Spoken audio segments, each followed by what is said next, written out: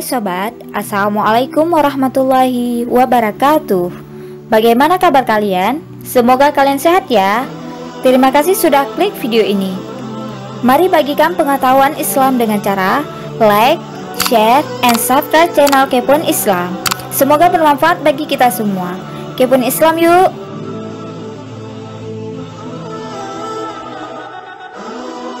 Sebagai manusia, berbuat salah atau khilaf adalah sebuah hal yang wajar untuk dilakukan.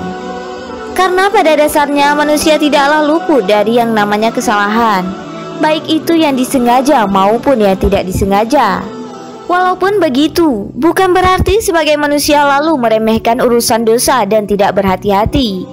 Justru kita harus lebih berhati-hati dan selalu menghindari dosa, entah itu berbohong, mengunjing, mencuri, marah, dan lain-lain. Terdapat banyak amalan yang bisa mengarahkan seseorang ke neraka. Amalan tersebut beberapa di antaranya sangat familiar dalam kehidupan sehari-hari. Dan ada beberapa golongan manusia yang kelak tidak dilihat oleh Allah, karena Allah benci kepada mereka. Allah pun tidak mengampuni dosanya dan mereka diancam siksa neraka yang pedih. Berikut 5 perkara keji auto masuk neraka. 5. Syirik yang dibawa mati.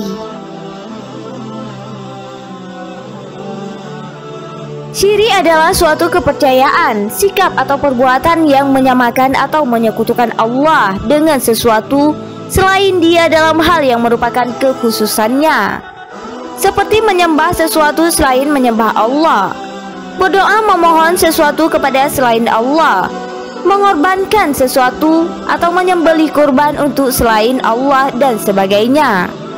Kesyirikan berarti meletakkan peribadatan tidak pada tempatnya dan memberikannya kepada yang tidak berhak. Hal ini merupakan bentuk kezaliman. Oleh karena itu syirik dinyatakan oleh Allah sebagai bentuk kezaliman yang besar. Allah berfirman dalam surat Luqman ayat 13, sesungguhnya menyekutukan Allah atau syirik adalah benar-benar kezaliman yang besar. Oleh karena itu Allah Subhanahu wa Ta'ala menggolongkan syirik sebagai perbuatan dosa yang tidak terampuni. Jika seseorang yang meninggal itu tetap berada dalam kesyirikannya, Allah Subhanahu wa Ta'ala berfirman dalam surat An-Nisa ayat 48, sesungguhnya Allah tidak akan mengampuni dosa karena mempersekutukannya atau syirik, dan Dia mengampuni apa dosa yang selain syirik itu bagi siapa yang Dia kehendaki. Barang siapa mempersekutukan Allah, maka sungguh dia telah berbuat dosa yang besar. Allah Subhanahu wa Ta'ala juga berfirman dalam ayat lain, yaitu surat Al-Maidah ayat 72, sesungguhnya orang yang berbuat syirik terhadap Allah, maka pasti Allah mengharamkan kepadanya surga, dan tempatnya ialah neraka. Tidaklah ada bagi orang-orang zalim itu seorang penolong pun. Rasulullah Shallallahu Alaihi Wasallam juga bersabda dalam sebuah riwayat, barang siapa bertemu Allah atau meninggal dunia dalam keadaan tidak mempersekutukannya dengan sesuatu, pasti masuk surga. Tetapi barang siapa bertemu dengannya atau meninggal dunia dalam keadaan mempersekutukannya dengan sesuatu, pasti masuk neraka. Hadis riwayat Muslim. 4. Fitnah.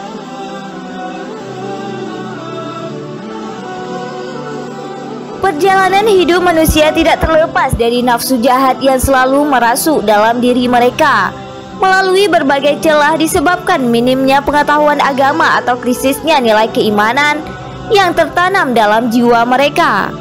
Bahkan di era serba modern ini sulit rasanya mengatakan bahwa banyak dari manusia yang tidak paham nilai-nilai agama. Justru sedikit banyak ada di antara mereka yang mengetahui halal haram, baik dan buruknya suatu tindakan. Dan tidak dapat dipungkiri bahwa semua umat Islam mengetahui fitnah adalah perbuatan keji yang sangat dibenci Allah. Penderitaan akibat fitnah ini tidak hanya dirasakan orang yang difitnah saja, akan tetapi aktor utama yang menebar fitnah pun akan merasakan akibatnya yang lebih besar jika dia tidak segera meminta maaf dan bertaubat. Allah berfirman dalam surat Az-Zumar ayat 32, Maka nyatalah bahwa tidak ada yang lebih zalim dari orang yang mereka-reka perkara-perkara yang dusta terhadap Allah dan mendustakan sebaik-baik saja kebenaran itu disampaikan kepadanya. Bukankah telah diketahui bahwa dalam neraka jahanam tersedia tempat tinggal bagi orang-orang kafir? Orang yang suka memfitnah orang lain sebenarnya dia sedang menatap penderitaan hidupnya sendiri, cepat ataupun lambat, seolah-olah dirinya tidak pernah memikirkan perbuatannya itu sebagai sebuah dosa. Padahal perbuatannya itu justru mengantarkan dirinya ke dalam jurang kehinaan di dunia, lebih-lebih di akhirat. Allah berfirman dalam surat An-Nur ayat 4, dan orang-orang yang menuduh perempuan-perempuan terhormat berbuat zina, kemudian itu tidak mengemukakan 4 saksi, maka hendaklah mereka didera 80 kali deraan. Dan janganlah diterima kesaksian dari mereka selama-lamanya. Itulah orang-orang fasik. 3. Sihir.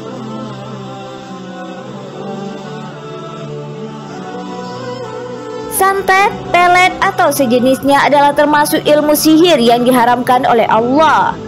Ilmu hitam tersebut mungkin sering Anda dengar.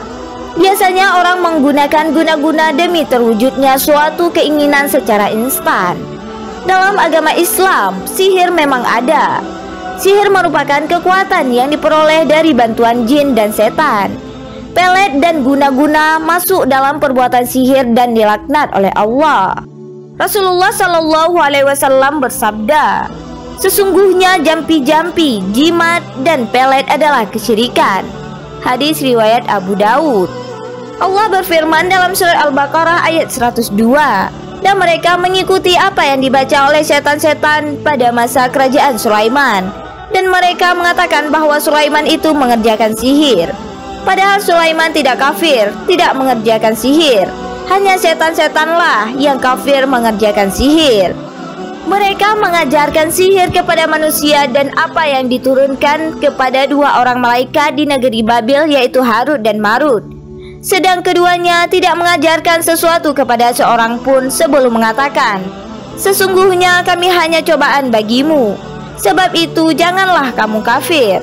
Maka mereka mempelajari dari kedua malaikat itu apa yang didengar sihir itu. Mereka dapat menceraikan antara seorang suami dengan istrinya.